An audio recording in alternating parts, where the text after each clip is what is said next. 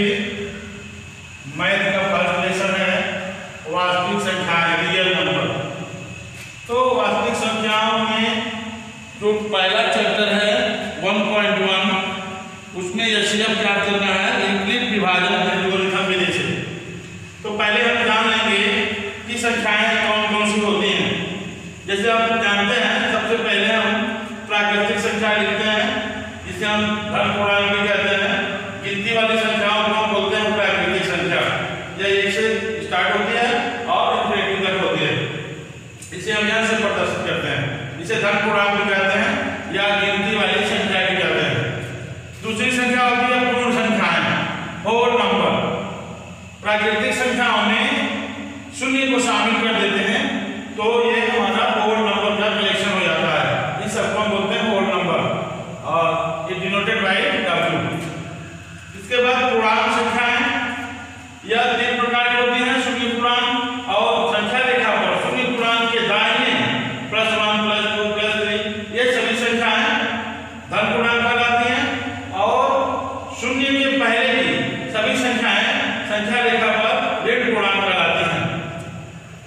इसके बाद आइए परिमेय संख्याएं, रेशनल नंबर।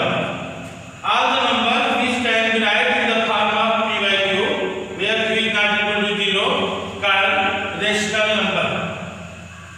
वे सभी संख्याएं जिन्हें हम p by q के रूप में लिख सकते हैं जिसका हल डिनोमिनेटर शून्य ना हो तो उसे बोलते हैं परिमेय संख्याएं।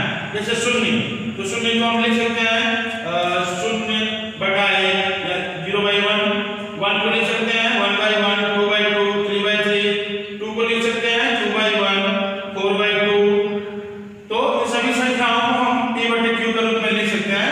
ये सभी संख्याएं कहलाती हैं परिमेय संख्याएं। इसके बाद आइए अपरिमेय संख्याएं, इरेशनल नंबर। जिन संख्याओं को हम p बटे q के रूप में नहीं लिख सकते हैं उन्हें हम अपरिमेय संख्याएं कहते हैं।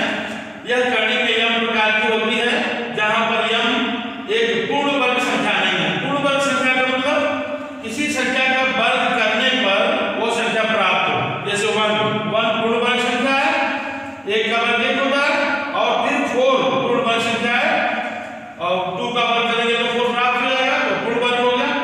तो 1, 4, 9, 16 ये सभी पूर्ण वर्ग संख्याएं हैं, वो यम के स्थान पर नहीं रह सकते। तो इस टाइप की सभी संख्याओं को बोलते हैं अपरिमेय संख्याएं। अब आइए जो लेसन है वास्तविक संख्याएं, उनके बारे में जानें। वास्तविक संख्याएं ऊपर जितनी संख्याएं हम 0.1 से लेकर 5 तक पढ़े हैं बता में, ये सभी संख्याएं ये वास्तविक संख्याएं कहलाते हैं। सब वास्तविक संख्याएं हैं। वास्तविक संख्याओं में ऊपर के सभी संख्याओं का कलेक्शन आ जाता है। अब वास्तविक संख्याओं में आपका जो चैप्टर प्रारंभ होता है प्रश्नावली 1.1 जिसमें हमें एचसीएफ ज्ञात करना है, हाईएस्ट कॉमन फैक्टर, जिसको हम मौसा कहते हैं। तो मौसा निकालने की कई विधि होती है लेकिन यहाँ पे हमें मौसा जो निकालना है यूक्लिड डिवीजन एल्गोरिथम विधि से निकालना है। और डिवीजन को विभाजन करते हैं, हिंदी कहते हैं यूक्लिड विभाजन एल्गोरिथम विधि से एचसीएफ ज्ञात कीजिए 135 एंड 225। तो हम पहले देखते हैं कि जो दो संख्याएं दी गई हैं, ध्यान से देखिए। एक सूत्र हम जानते हैं भाज्य बराबर भाजक पूरे भागफल 10/। तो इसी को बोलते हैं यूक्लिड विभाजन एल्गोरिथम। इसी रूप में हम संख्याओं को लिखते हैं। पहले इन दोनों संख्याओं में से चूज करेंगे कि कौन बड़ा है और कौन छोटा है। तो लिख लेंगे नीचे, जैसे 135 इज लेस देन 225। अब जो बड़ी संख्या है उसको भाज्य बना देंगे। जैसे आप देखिए 225, और जो छोटी संख्या है उसको भाज्य बना देंगे, हो जाएगा 135। अब डिवाइड करेंगे तो 335 1 जा 335, माइनस करेंगे 0 12 तो क्या 9 और ये तो रिमाइंडर आ गया यहाँ पे 90। तो हम क्या करते हैं, इन संख्याओं को इस रूप में लिखते हैं। जैसे बड़ी संख्या है भाज्य हो गया तो लिखेंगे 225 इज इक्वल टू देखिए इसमें b क्या है, b भाजक है। b क्या है,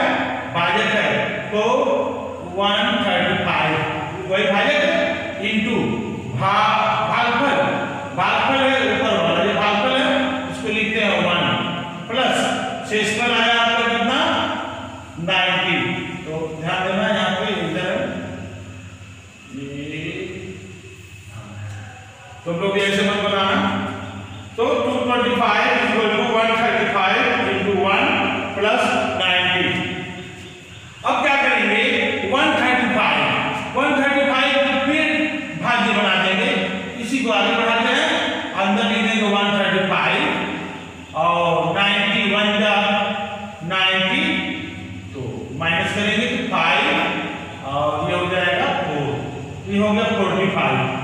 तो पुनः हम लिखेंगे 135 इक्वल टू, अब इसमें भाजक है 90, लिखेंगे 90 इंटू भागफल 1 plus reminder, and reminder is 25 here, तो यू कैन राइट 45। तो हम फिर से 45 को भाजक बना देंगे और 90 को बना देंगे भाजक, फिर इसको अंदर डाल देंगे। तो 2 जा 40 90, 45 2 जा 90, and now remainder becomes 0। तो फिर से हम लिखेंगे 90 इक्वल टू, देखो ये हो गया भाजक, हो गया 45 इंटू भागफल हो गया 2, तो 2 प्लस रिमाइंडर इज 0 हियर। अब ध्यान से समझने वाली बात है, कहीं भी समझो, पहले हम सभी संख्याओं को लिखे, भाजक को पहले लिखे, फिर यहाँ लिखे भाजक, फिर भागफल, भागशेषफल।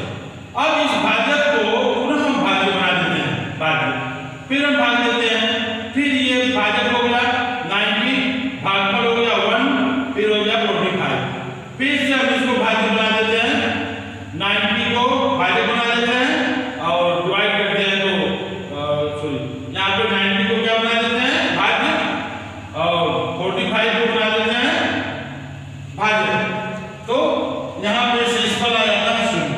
तो जिससे भाग देने पर, जिस भाजक से भाग देने पर शेषफल 0 आ जाता है, उसी संख्या को बोलते हैं HCF। तो now you can right HCF of 135 and 225 is 45। तो 45 is your answer। Okay, thank you. बस बात।